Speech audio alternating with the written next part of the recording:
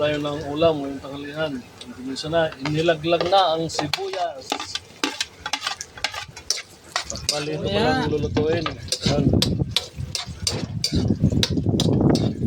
Sabahan daw nito. Fiber Del Monte Quality. Ito yung gata natin, Coco Mama. Ang bango na.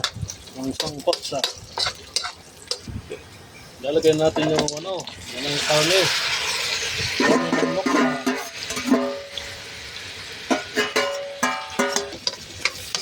Hinalo-halo na ni Chip. Hinalo-halo na ni Chip Gel. Ayan po ang ating kusinero for the day. Chip Gel.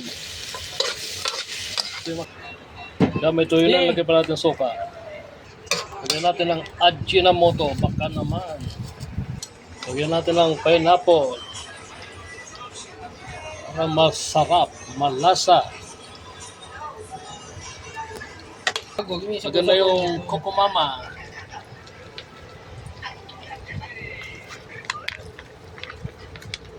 Ang recipe natin ngayon ay adobo sa gata.